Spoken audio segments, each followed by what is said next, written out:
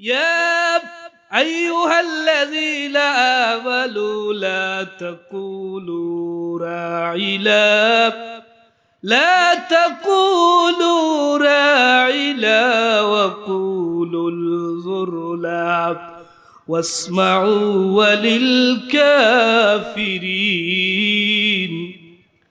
وللكافرين عذاب أليم আজকে টান দেওয়া সম্ভব না দরিলাম বলায় আমার আল্লাহ এই আয়াত কারিমার মাঝে ইমানদার ওগুলোরে ডাক দেয়া কইল ও ইমানদারের দল ইয়া আইয়ুহাল্লাযীনা আমানু লা তাকুলু রাইনা যখন আমার হাবিব আরাবিরে তোমরা যখন কোনো বিষয় লাগি জিজ্ঞাসা করবা ডাক দিবা তখন আমার হাবিবরে ডাক দেওয়ার সময় লা তাকুলু রাইলা রাইলা হইয়া ডাক দিও না যখন আমার বন্ধুরে ডাক দিবা ডাক দেওয়ার সময় আমি আল্লাহ জানাই ওয়াকুলুল জুরুলা নবী গো আপনি আমরার ভাই দয়ার দৃষ্টি দেখা এই ভাষা দিয়া আমার হাবিবরে তোমরা ডাক দিবা। এই আয়াতের সাড়ে নজরুল হইল যে মক্কার মদিনার ইহুদি যারা আছিল রাইনা শব্দের অর্থ ইহুদি হলোর ভাষায় আছিল গালি একটা রাখাল রাখাল বলতে যে আমরা রাখাল রাখি ডালি রাখাল তো ইহুদি হলে হয়তো দেখরাইলি মোহাম্মদ রে তারা অত বড় নবী বলে মোহাম্মদর সেফ পালাইবার আগে তারা লইলেই তো চায় মোহাম্মদ রে তারা দেখলে তো তাজিম পর্যাদা করে অথচ ও মোহাম্মদ রে যখন ডাক দে কোনো বিষয় জানার লাগি তখন রাখাল হইয়া ডাক দে নাউজুবিল্লাহ রাখাল হইয়া ডাক দে তারা বিভিন্ন জায়গা প্রচার করলো যে অত দামি নবী তারা আর তারা রাখাল হয় অথচ তাফসীরের কিতাব হয় যে রাইলা শব্দটা মুমিন হকলের ভাষায় আছিল এটা সরল মনে ডাক আছিল আর ইহুদি হকলে তারার ভাষায় রাখাল আছিল মুমিন হকলে সরল মনে রাসূলুল্লাহরে ডাকতা।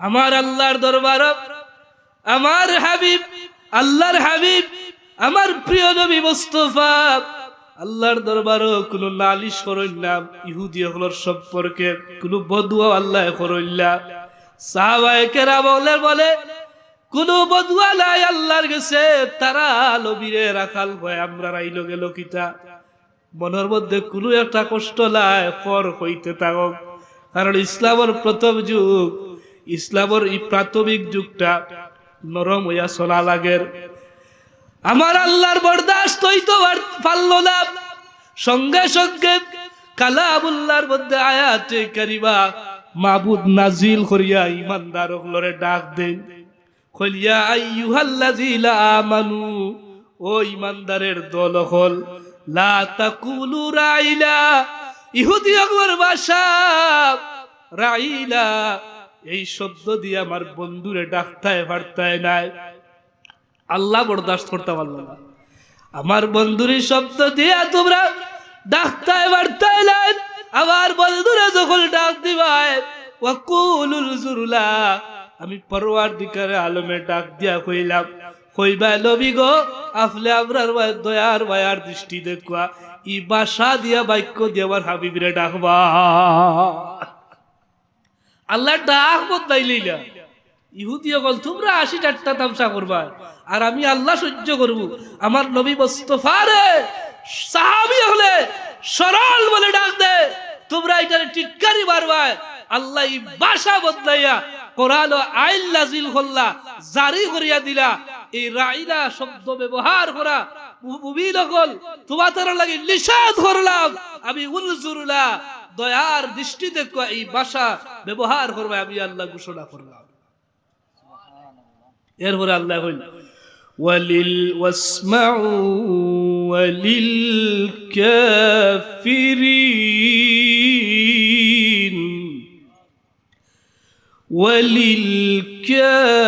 কাফিরিন আযাবুন আলীম।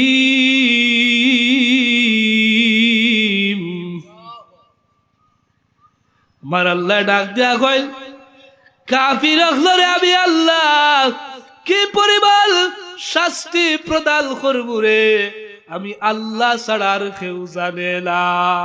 ও যে নবীরে লইয়া ঠিটকারি বাড্ডা, আল্লাহ বলে আমি শাস্তি কিতা দিব এটা জানি। হাজিরিন, ইলা বহু আয়াত আছে যে আল্লাহ নবীর শানে আল্লাহ নাজিল করছেন। একটা বিন্দু বেশম করবা আল্লাহ সহ্য করতে পারছিল না। নবী কোনো সুপারিশও করা লাগছে না, কোনো বদুয়াও করছিল না, আল্লাহর কাছে কোনো তাবাল্লাও করছিল না, আল্লাহ পাল্টা জবাব দান করছিল। ও যে আবু লাহাব নবীর আফল চাচা, নবীর আবু লাহাব নবীর আফল চাচা লালি, আপনারা জানেন না এটা? নবীরে সাতাইছিল্লা কি যা চাতালি নিজের গরর বালছ যখন বালছরে সাতায়, এর চাইতে কষ্ট আর করতে হইতে পারেনি। বাতইল্লা যাব নিজের গরর বালছে যদি নিজরে সাতায়, নিজরে কষ্ট দে, বারে সাতাইলে কষ্ট দিলে বালিয়া লেওয়া যায়, গরর বালছর কষ্টটা বালিয়া লেওয়া যায় না, কারণ খোয়াও যায় না, শোয়াও যায় না। একবার চিন্তা করি দেখো রে ভাই, আপনার আমার নবী এই যে দিন ইসলামের জমিনের মধ্যে কায়েম করিয়া গেলাম, কি কষ্টর বিনিময়ে ইসলামটা আপনার কাছে নবীজি আজকে পাঠাইলা। কষ্টর কোনো শেষ নাই। বংশর বালসর অত্যাচার, নিজের করর বালসর অত্যাচার সহ্য করলাম। আবু লাহাব নবীর খলিজার টুকরা চাচা, নিজের চাচা হইয়া নবীর লগে কত দুশ্মনী করলো। এমনকি নিজের চাচিও রহমাতুল্লিল আলামিন যখন নামাজের মধ্যে খাড়া হইতা, যখন সেজদার মধ্যে যাইতা, ফসা বুড়ি অকল, ফেট বড় অকল, বিভিন্ন উটর বড়, মুরগর বড়, ওটা বড় অকল, ভাত ফসা জিনিস অকল আলিয়া আমার নবী নামাজের মধ্যে যখন সেজদার মধ্যে তা নিজের গরর আপন চাচি আল্লাহ নবীর গর্দাল মুবারকর উপরে রাখিয়া ইতলা উজবিল্লাহ, এত কষ্ট করলাম। আল্লাহ নবীর শান খবাইছো নিলা বাড়াইছিল। যে আবু লাহাবে নবীর গালি দিছিল, আল্লাহ ও আবু লাহাবরে নিজে গালি দিছিল। সুবহানাল্লাহ। তাব্বাত ইয়াদা আবি লাহাবি ওয়া তাব। আপনারা পড়েন না? আল্লাহ বল তোর দয়ার ধ্বংস। এমন এক কেরেশমা আল্লাহ লাগাইলা যে দুনিয়ার জমিল তুমি নবীর চাচা হইও নবীরে মানতেই পারলাইলা, মুহাম্মদের গোলামি মানতেই পারলাইলা। আমি তুমি আমার হাবিবরে গালি দাও, তোমারে আমি আল্লাহ গালি দিলাম। তাব্বাত ইয়াদা আবি লাহাবি ওয়া তাব। আল্লাহ ধ্বংসক, আবু লাহাবের দয় হাত নিপাতক, ধ্বংসক। কোন মুসলমান যখন এই আয়াত পড়ে তার আমল নামাত অক্ষরে অক্ষরে গাইল দিলে 10টা সওয়াব হয়। আস্তে কইলা ইলো গাইল্লা তাব্বাত ইয়াদা আবি লাহাবিউ, ইগি একটা গাই মুসলমানে গালি আইলেও সওয়াব আছে। সুবহানাল্লাহ কইলা তো গালির জায়গাত গালি তুই বুঝাইতে পারছি না।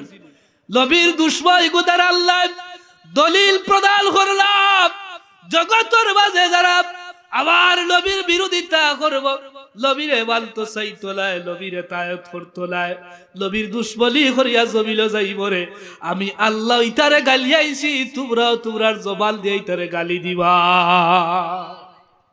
সুবহানাল্লাহ। এটা কিন্তু বিষয় আছে, বুঝার বিষয়। তাব্বাত তা একটা, বা একটা, তাব্বাত তার একটা, বা বা দুইটা, 4টা শব্দ আপনার শব্দ, 4টা আপনার হরফ। তাব্বাত ইয়াদা আরো 2টা, 4 2 6। তাব্বাত ইয়াদা আবি আরো 2 3টা, 6 7 8 9। আবি লাহাবি আরো 3টা, হইল কয়টা? 10 11 12। ওয়াতাব আরো 3টা, 13 14 14। এই 14টা হরফ আছে এই কালো। আপনি এই গাইলিটা কুরআনের আয়াত আল্লাহ আবু লাহাবরে গালিয়াইছিল, নিজের চাচাই নবীরে বালছেলা, কষ্ট দিছে, ধ্বংস হওয়ার লাগি বদুয়া করছে, আল্লাহ তারে গাইল দেল। তাব্বাত ইয়াদা আবি লাহাবি ওয়া তাব। জগতের মানুষরে আল্লাহ সওয়াব দান করে দিলাইলা। যদি কেউ এটা একবার পড়ে তার আমল নামার মধ্যে 10 করি হইলে 14 10 কত আপনার মাতকা 150 আমল নামার 150 সওয়াব হই যায়। আরো জুড়ে হোক কাকলে সুবহানাল্লাহ। এই কারণে বোঝা যায় ভাই, নবীর লোকে যারা বেয়াদবি করছে এরা জমিনও ধ্বংস হয়েছে, কিয়ামত পর্যন্ত গাইল খাইব। এমনি তো জাহান্নাম, আর কিয়ামত পর্যন্ত গাইলও খাইতে আছে।